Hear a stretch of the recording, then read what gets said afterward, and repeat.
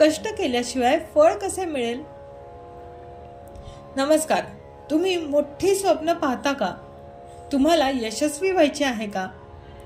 आपण सर्वजण मोठे मनोरथ बाळगतो. माझ्याकडे पैसा असावा, मला चांगली नोकरी मिळावी, माझे आरोग्य उत्तम असावे. पण केवळ स्वप्न पाहिल्याने तुम्हाला तुमचे ध्येय मिळते का? जर नाही तर तुमच्या स्वप्नांना सत्यात उतरवणारा फॉर्म्युला नेमका कोणता आहे? आज आपण असे एक प्राचीन सुभाषित पाहूयात जे तुमच्या यश आणि आळस यांच्यामधील फरक स्पष्ट करते. हे सुभाषित सांगते की भलेही तुम्ही सिंह असाल तरीही तुम्हाला काम करावेच लागेल. उद्यमेन हि सिद्ध्यन्ति कार्याणि न मनोरथै नहि सुप्तस्य सिंहस्य प्रविशन्ति मुखे मृगः. उद्यमेन हि सिद्ध्यन्ति कार्याणि न मनोरथै म्हणजे कोणतेही काम हे उद्योगाने म्हणजे अथक परिश्रमानेच पूर्ण होते. कार्याणि न मनोरथै म्हणजे काहीही काम न करता नुसते मनामध्ये मनोरे रचल्याने पूर्ण होत नाही. नहि सुप्तस्य सिंहस्य प्रविशन्ति मुखे मृगा.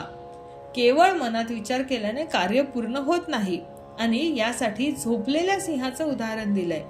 या झोपलेल्या सिंहाच्या तोंडामध्ये एखादे हरिण म्हणजे त्या सिंहाची जी शिकार आहे ती शिकार आपोआप स्वतःहून काही प्रवेश करत नाही.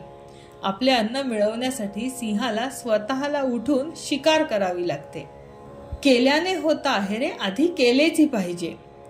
कोणतेही काम हे प्रयत्नाने पूर्ण होते. केवळ इच्छा, केवळ मनोरथ केल्याने नाही.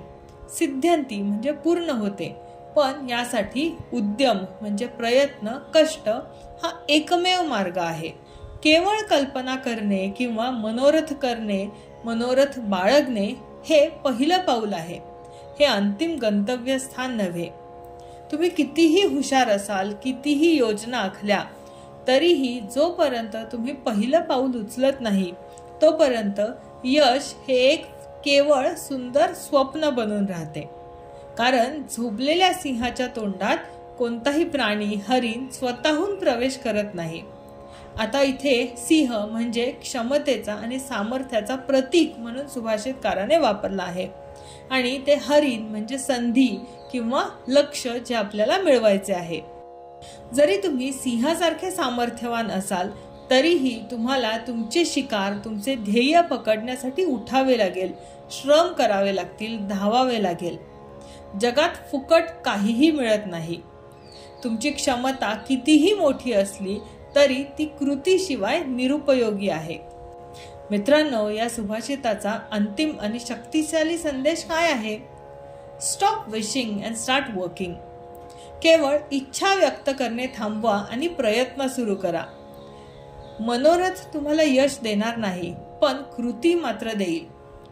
तुम्ही सिंह आहात, पण झोपलेला सिंह बनू नका. तुमची संधी तुमच्यापर्यंत स्वतःहून चालत येणार नाही. आजच ठरवा, तुमच्या जीवनातील झोपलेला सिंह जागा करण्यासाठी तुम्ही कोणते उद्योगाचे एक पाऊल आज उचलणार आहात? खाली कमेंट करून आम्हाला नक्की सांगा.